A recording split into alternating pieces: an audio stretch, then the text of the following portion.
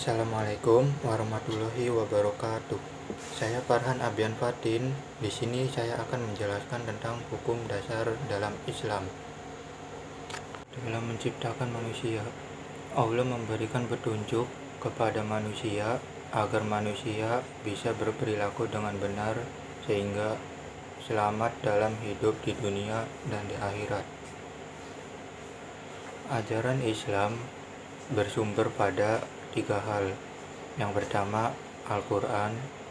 Yang kedua, hadis. Yang ketiga adalah ijtihad. Al-Quran dari segi bahasa berasal dari kata qara'a yaqra'u Qur'ana, yang berarti sesuatu yang dibaca atau bacaan. Dari segi istilah, Al-Quran adalah kalamullah yang diturunkan kepada Nabi Muhammad SAW dalam bahasa Arab yang sampai kepada kita secara mutawatir, ditulis dalam mushaf, dimulai dalam surah Al-Fatihah dan diakhiri dengan surat An-Nas.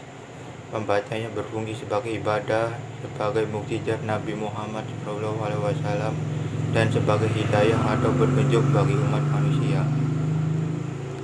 Sebagai sumber hukum Islam, Al-Quran memiliki kedudukan yang sangat tinggi.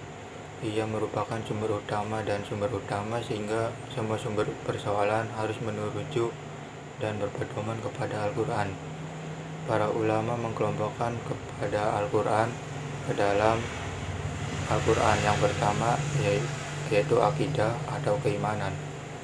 Akidah terkait dengan keimanan dengan hal-hal yang gaib yang terangkum dalam hukum iman, yaitu iman kepada Allah, pada malaikat Allah, kitab-kitab Allah, para rasul Allah, hari kiamat, dan iman kepada qada dan qadar. Yang kedua adalah tentang syariat atau ibadah.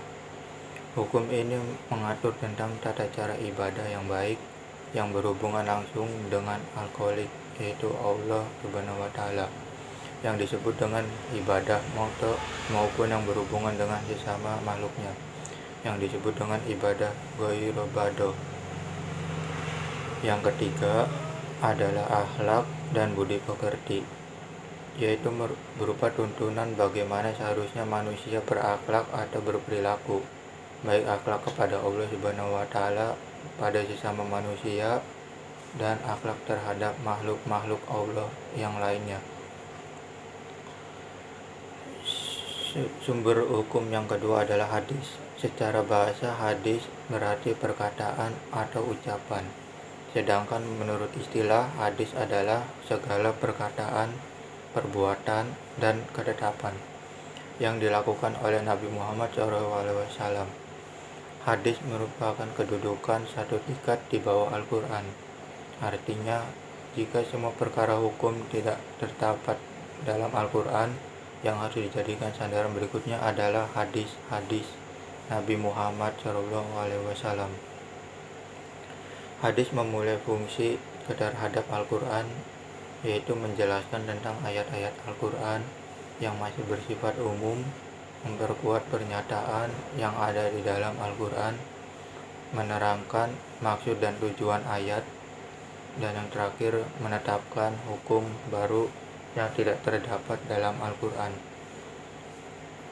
Ditinjau dalam siga perawinya, hadis terbagi ke dalam 3 bagian, yaitu pertama, hadis mutawatir. Hadis mutawatir adalah hadis yang diriwayatkan oleh banyak orang pada kalangan sahabat maupun generasi sesudahnya, yang dipastikan diantaranya mereka tidak terdapat dusta. Yang kedua, hadis masyhur. Hadis masyhur adalah hadis yang diriwayatkan oleh 2 orang sahabat atau lebih yang tidak mencapai derajat mutawatir, namun setelah itu tersebar dan diriwayatkan oleh sekian banyak tabir hingga tidak mungkin terdapat dusta. Dan yang ketiga adalah hadis ahad. Hadis ahad adalah hadis yang hanya diriwayatkan oleh 1 atau 2 orang perawi sehingga tidak mencapai derajat mutawatir.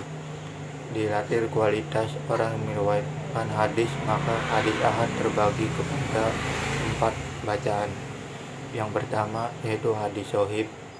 Hadis sahih yaitu hadis yang diriwayatkan oleh perawi yang adil, kuat hafalannya, tajam penelitiannya, sangat bersambung pada Rasulullah SAW, tidak tercela dan tidak bertentangan dengan riwayat yang lebih terpercaya. Hadis ini dijadikan sumber hukum dalam beribadah. Yang kedua, hadis hasan. Hadis hasan adalah hadis yang diriwayatkan oleh perawi yang adil, tapi kurang kuat hafalannya, sangat bersambung, tidak cacat, dan tidak bertentangan. Sama seperti hadis sahih, hadis ini dijadikan landasan menjadikan amal ibadah. Yang ketiga, hadis gaib, yaitu hadis yang tidak memenuhi kualitas hadis sahih dan hadis hasan. Para ulama mengatakan bahwa hadis ini tidak bisa dijadikan sebagai hujah, tetapi dapat dijadikan motivasi dalam beribadah. Ialah tempat adalah hadis ada hadis kepada Rasulullah SAW, atau hadis ini disebut dengan hadis palsu. Dikatakan hadis adalah sama padahal bukan hadis. Hadis ini tidak dapat dijadikan dalam landasan hukum. Hadis ini sifatnya tertolak.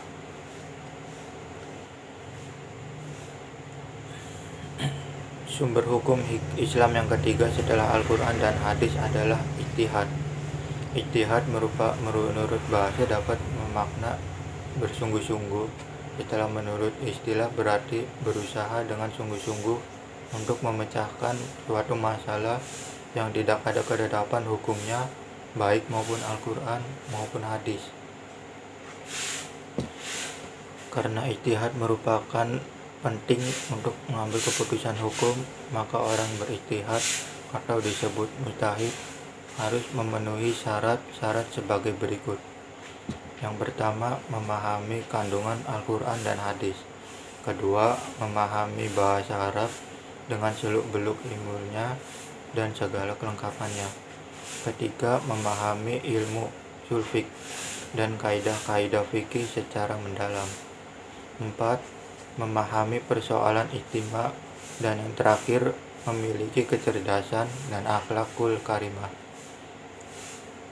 Dasar hukum atau dalil dibolehkannya ijtihad diantaranya adalah Al-Quran surah An-Nisa ayat 59 dan Al-Quran surat An-Nisa ayat 105. Begitu juga dalam hadis yang diriwayatkan oleh Imam Bukhari sebagai berikut. Bentuk-bentuk ijtihad yang disepakati diantaranya adalah ijma dengan qiyas. Menurut bahasa, ijma berarti sepakat, setuju, atau sependapat. Sedangkan menurut istilah, ijma adalah kesepakatan para mujud akhir dalam memutuskan suatu masalah sesudah Rasulullah SAW wafat terhadap hukum syar'i.